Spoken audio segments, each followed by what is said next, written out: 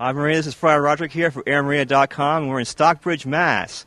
at the Marian Shrine of the Divine Mercy, the National Shrine of Divine Mercy. And we have here Dan Valenti, who works for the Marians as their editor.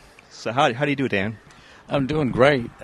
Thanks for having me on. I'm an editor. I'm also the senior writer, and I do a column on thedivinemercy.org. We'll get a plug in there for our website. DivineMercy.org. Yep. Thedivinemercy.org, all one word. And that's where the content on mercy is. The Marians, of course, have a website which is Marian.org. So they're easy to remember. Lots of great content on there if anyone wants to check it out. These have been sites have been around a good long time too, a real internet mainstays, right?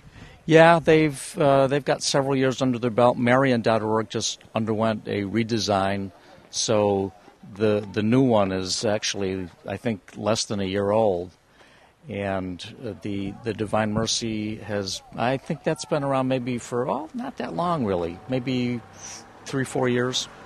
Okay. Yeah. Great. Well, and that's all associated with the shrine here, right? Which is centered on the Divine Mercy devotion. Yeah, this is the National Shrine of the Divine Mercy, and just over this is Eden Hill that we're on right now, and just over the hill on the other side is the Marian Helpers Center, and that's where the actual work gets done. The Marians have a publishing ministry, and I do a lot of writing for that. And that's really focused on spreading the message, not so much the devotion, but the message of Divine Mercy. The devotion follows afterwards, I found. If you don't have the message first, you can say all the chaplets you want, but you got to have it in your heart. So their charism is, one of them is to do that. And it's a great job to be able to write about religion and spirituality, because as a writer, I just think it's a topic that you will never exhaust. Sure. There's always something to learn. It's sort of like your business, you know. There's always a deeper way you can enter into the reality of Divine Mercy, of God. And we all have to do that, Catholic, non-Catholic, whatever. And to use my talents to maybe help a few people do that is just it's a fulfilling thing. Well, it's certainly been an incredible success story, the whole Divine Mercy, right? And of course there's the canonization of Sister Faustina, and of course John Paul II is so involved in that devotion. How's it doing right now, the devotion? Is it still increasing? I think it is. In fact, the first World Apostolic Congress on Divine Mercy was held last month. It began on April 2nd in Rome, on the third anniversary of JP2's death, and Pope Benedict XVI, who I think by virtue of the fact he opened the Congress with a commemorative Mass on John Paul II, established himself as a mercy pope. Okay. And Pope Benedict also closed out the Congress with his Regina Caeli. And in the 5 days in between, during the plenary sessions, there were some 8,000 delegates from all parts of the world who were really focused on learning more about what does the mercy of God actually mean for people. How can people take this to heart? And it's one thing to be open to God's mercy. That's the first requisite, is you have to have an open heart for it. And then you have to realize that you also have to extend it. Okay. And the great thing about it is the more you give it away, the more you have. Okay. So you give away one deed of mercy, somehow two are going to come back to you. Right.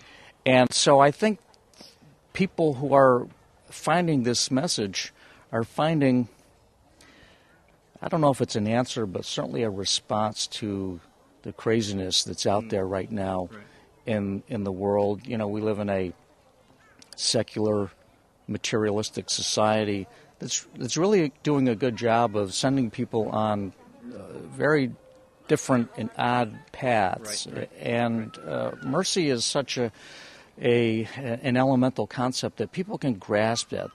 People want to be loved. Right, right. They want to be forgiven.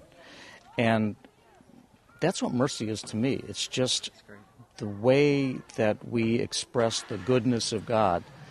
St. Faustina, in her diary, I think, I'm not going to quote the passage because I don't know it, but she says that in one of the visitations that Jesus made to her, that he talked about goodness as God's greatest attribute. Right, okay, right. And people plug into that. Right. They plug into this idea of a loving Father.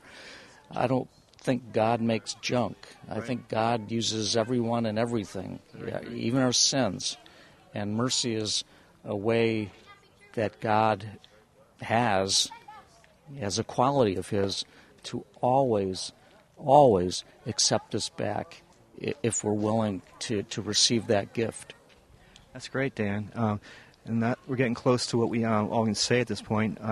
We'll take that idea of deepening and extend. I think it's beautiful. So it's almost like a self-extending. As long as we deepen it, it'll self-extend. That's very important for that very important message. Yeah, and it does it automatically.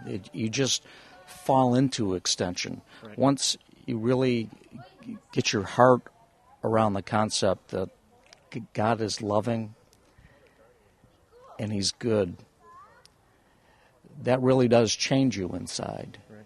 And I think you want nothing more than just to share this with people and to let them know. Not in a heavy-handed way, but just in deed. Just by the way you treat other people. And it goes without saying that if you treat people with love and respect and kindness and compassion and try to give them a break, they're going to respond to that in a good way. It does change other people as well. Great. Well, God bless you, Dan, for all you're doing, and God bless the Marian helpers here as well. This is a beautiful shrine, beautiful grounds, and I think I've experienced some of the divine mercy here just as a day of relaxation and recuperation. But it's very beautiful here, and we thank God for that. And God bless you all. Ave Maria.